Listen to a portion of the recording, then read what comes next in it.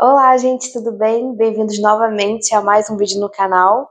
E hoje eu irei fazer a análise desta obra aqui, que se chama Misericórdia, da escritora portuguesa Lídia Jorge, uma das grandes escritoras da nossa contemporaneidade a nível europeu. Essa obra em específico, ela foi publicada em 2022, que fala um pouco da experiência pessoal da escritora Lídia Jorge, principalmente com o relacionamento com a sua mãe e no período também da pandemia do Covid-19. E algo também que eu gostaria aqui de mencionar, que essa leitura foi feita para o clube de leitura em específico, a qual eu faço parte, que se chama Clube de Leitura Alexandrina. Esse clube, ele originalmente é da Espanha, entretanto, surgiu também uma proposta para que ela fosse implementada aqui em Portugal. Então, nesse mês de junho, irá acontecer o primeiro clube aqui em solo português, e que o objetivo é de 3 em 3 meses ou em 4 em 4 meses o grupo se reunir com um novo livro para discutirmos, compartilharmos ideias, experiências sobre a leitura proposta, e irei deixar na descrição o link para o acesso do grupo em si, para que todas as informações adicionais dadas pelas coordenadoras e possa ser esclarecedor e tirar todas as dúvidas para quem tiver um interesse em participar das futuras sessões. E o nosso primeiro livro de estreia do clube em Portugal é Lídia Jorge, começando assim já com um dos maiores romances do nosso século, né, século XXI, e que conta a história de uma personagem principal chamada Maria Alberta, mas também conhecida como Alberti, que ela mora, né, num asilo chamado Hotel Paraíso, e o objetivo deste livro é relatar, né, ela relata através da sua escrita o seu último ano de vida, né, o que seria o seu último ano de vida, e todas as experiências e desavenças que ela vem vivendo e o processo de amadurecimento da personagem. Confesso que de início, né, quando nós somos apresentadas a personagem, eu tive uma certa percepção de que ela é um pouquinho ranzinza, por assim dizer, mas ao longo da obra ela vai aprendendo coisas novas, principalmente com o seu relacionamento mais aprofundado com a sua filha, a qual sempre está indo a visitar. Elas têm conversas muito profundas a respeito da vida. A Maria Alberti começa a pensar e a fazer análises, principalmente com relação aos pormenores da vida, o que realmente importa, e isso acontece principalmente na relação da sua filha com ela, pelo fato de que a filha é escritora e a filha gosta de escrever, né, e trazer personagens muitas das vezes marginalizados pela sociedade, personagens que precisam ser ouvidos, e algo que a sua mãe, que é a Maria Alberti, não entende a princípio, questiona ela para que ela pudesse fazer personagens com maior imponência, personagens relevantes no quesito da história global. Entretanto, a sua filha fala que quer retratar esse tipo de pessoas, quer dar voz a elas. E isso é algo muito bonito de se ver, e que a sua mãe, a Maria Alberti, começa a entender o sentido da vida e o sentido que a sua filha quer trazer para a sua escrita. Então eu confesso que é um dos capítulos, os diálogos entre elas, que mais me impressiona neste aspecto, que eu acho muito, muito relevante. E um outro aspecto também que eu quero mencionar aqui, que os desdobramentos dos personagens são bastante aprofundados, e eu vejo que isso foi um dos principais objetivos da própria Lídia Jorge, trazer esse aprofundamento, não só nos personagens de fora, aqueles que vão visitar, né, os seus parentes que estão dentro do asilo, mas principalmente os de dentro, como outros colegas idosos também, junto com Maria Alberti, que estão neste asilo, e também os imigrantes que vemos aqui dentro dessa obra, a qual vemos a presença de ucranianos, brasileiros, enfim, de outras nacionalidades que estão ali com uma representação não apenas material, né, de estar ali para ajudar, para cuidar, mas também de uma certa forma simbólica, pelo simples fato de que eles são ali, possuem um papel primordial de mover, né, de trazer uma mudança, de trazer um auxílio.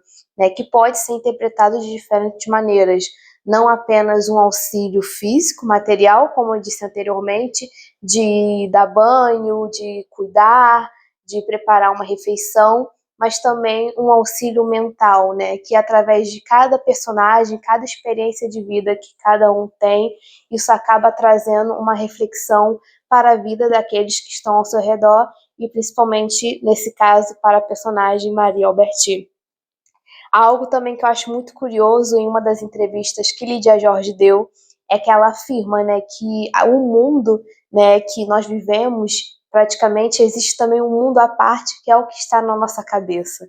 E que por muitas das vezes nós esquecemos de coisas que aconteceram dias atrás, né, de uma forma tão fácil, mas que coisas que marcaram nossa trajetória, nossa infância, ainda permanecem no nosso subconsciente de uma certa forma e aquilo acaba nos moldando para a nossa vida. E é isso também que acontece muito com a protagonista aqui. E com relação ao título, foi algo que me intrigou de primeira, antes de ler sinopse, antes de iniciar a leitura, que é o Misericórdia. Enquanto eu estava lendo, eu percebi que nos capítulos finais há um capítulo específico que é intitulado Misericórdia, que trata uma situação bastante triste, né, de se observar, que é quando a Maria Alberti já está acamada, ela precisa de ajudas extras, de não conseguir por si só, né, se levantar daquela cama, e é realmente uma cena bastante triste. E eu acabei me questionando, né, o motivo de ser denominado, né, Misericórdia, é o nome do livro. E depois eu comecei a refletir e ver que existem também outras cenas aqui, né, outros relatos da própria protagonista, que ela tenta ajudar, né, para quem já leu e sabe o que eu estou referindo, ajudar o seu próximo, né, tipo a tentar omitir algo para não ter benefício próprio, mas sim para ajudar, né, a sua amiga que estava precisando naquele momento. E isso é muito tocante e isso transmite também o verdadeiro sentido da palavra misericórdia. E eu queria também falar brevemente da etimologia, né, de onde surgiu essa palavra e o seu verdadeiro significado.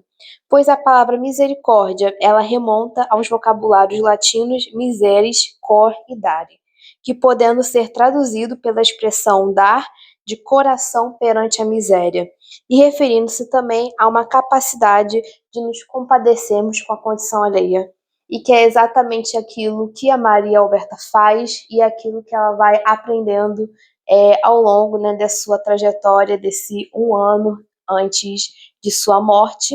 E algo que também quero destacar aqui, que me chama muita atenção, é o combate que há entre a figura da noite e também a própria Maria Alberti. Porque nesse momento nós conseguimos perceber que aqui a noite é representada como a morte, né, que vai ao encontro dela e elas possuem conversas e diálogos bastante filosóficos e que o livro se inicia, né, com esse diálogo e também termina com ele, acaba resultando na morte da nossa protagonista. E que eu gostaria de brevemente mostrar aqui o quanto ela é uma mulher resistente. É um livro que fala sobre vitalidade e resistência perante o amadurecimento da vida e, neste caso, principalmente perante a velhice. E que eu irei ler rapidamente um breve trecho do primeiro capítulo da obra, que é intitulado Atlas, que fala exatamente assim: aqui onde me encontro, mesmo em tempo de primavera, quando os dias costumam ser do tamanho das noites, a noite é sempre mais longa que o dia. Sabendo disso, é precisamente à meia da noite que a noite vem ter comigo, dirigindo-me perguntas inimagináveis como se fosse aquele gato pardo muito antigo que se chamava Esfinge. Refiro-me à noite que sabe das minhas crenças mais fundas, das minhas glórias e das minhas derrotas, de todos os meus segredos escondidos e mesmo aqueles que nunca se contam a ninguém, sobretudo os que têm a ver com as doces lembranças do amor. E quando eu li pela primeira vez, né, esse trecho, que dá continuidade, porque o capítulo é um pouco longo, eu me recordei de algumas obras, né, de Fernando Pessoa, poesia, principalmente, a qual ele se refere à figura da esfinge como uma figura misteriosa, né? Então, de uma certa forma, aqui nós entendemos que a vida é um mistério, né? Nós não sabemos o que irá nos acontecer posteriormente, né? Ou se no dia seguinte iremos estar vivos, né? Iremos acordar ou não, trazendo sim esse ar de mistério. E a obra também, e no capítulo final, intitulado O Combate, mostra exatamente esse combate de uma forma físico e mental entre a morte e também a protagonista, a qual diz exatamente assim, que ela perguntou, então, uma vez que falas, diz lá para que serve o dia. Eu respondi sem hesitar, para esperar pela noite, a noite começou a rir. Que pouco vocabulário usas, não tens vergonha? Então não sabe distinguir a noite da noite? Eu não tinha nada a perder, e respondi. Então, e tu não sabes que as palavras são poucas e as realidades são muitas? Que muitas vezes para várias realidades só temos uma palavra? A noite mudou de semblante. Bom, vamos, mas é passar para a última questão. No teu entendimento, o que é o além? Eu sabia que mais tarde ou mais cedo esta questão acabaria por aparecer. Acho mesmo que esperava por ela desde que a noite pela primeira vez tinha surgido, mas na verdade ainda não tinha encontrado a resposta justa. Então respondi: o além é um lugar onde se guardam para sempre as trouxas, com os bens mais preciosos da nossa vida. E o capítulo vai seguindo, mas mostra esse combate entre as duas personagens, né, que todo o percurso da obra acaba desencadeando para esse fim, que pode ser visto como um fim triste, porque acaba resultando na morte da protagonista, mas com um final bastante simbólico, né, que mostra a sua vulnerabilidade e essa questão da fragilidade também da vida humana, a qual devemos viver, né, e aproveitar o dia como se fosse realmente o último de nossas vidas. É interessante abordar essa questão da fragilidade, pois sempre é algo e sempre uma oportunidade de aprendermos algo diferente, algo inovador. Bom, espero que tenham gostado dessa análise. Quem nunca teve a oportunidade, né, de ler a obra, eu recomendo vivamente a leitura. É muito boa, muito edificante. E também para quem já leu, recomendo a releitura, porque é sempre bom termos esses ideais em mente, porque é uma história que faz com que nós possamos refletir sobre nossa própria vida e que é catártico, né? Traz uma certa renovação. E vou deixar aqui também no vídeo alguns relatos de colegas minhas do clube de leitura que também tiveram a oportunidade de ler a obra pela primeira ou segunda vez. E espero que vocês gostem dessas análises e desses feedbacks que elas deram a respeito de Misericórdia de Lídia Jorge. Um grande abraço. Tchau, tchau. Então, como prometido, trouxe aqui para vocês verem as meninas que participaram da primeira sessão do Clube de Leitura, Alexandria. E agora cada uma delas vai falar uma palavra ou duas que mais tocaram elas durante a leitura ou que vieram à mente e que resume muito bem esta obra de Lídia Jorge. Então, eu vou começar por ela e ela introduzir-se e falar um pouco da obra e da palavra. O meu nome é Elizabeth Pinto e para mim a palavra é heróis, fazendo um bocadinho alusão ao poema que foi escrito pelos residentes. Olá, o meu nome é Madalena e a palavra para mim deste livro, sem dúvida, é mãe. Resume-se a mãe, é isso. Meu nome é Carolina e a palavra para mim é humanismo. Meu nome é Raquel e a palavra é finitude. O meu nome é Sónia e as palavras para mim são vida e morte. Sou a Tatiana e as palavras para mim são resistência e humor. O meu nome é Madalena e para mim o livro é cru na simplicidade. O meu nome é Maria Helena e para mim a palavra é o outro. O meu nome é Elsa e para mim a palavra é solidão. O meu nome é Isabel e as palavras para mim são resistência e resiliência. E para os meninos aqui que estão online com a gente, podem falar. O meu nome é Letícia e a palavra é memória. O meu nome é Ana e para mim eu diria humano e reflexivo.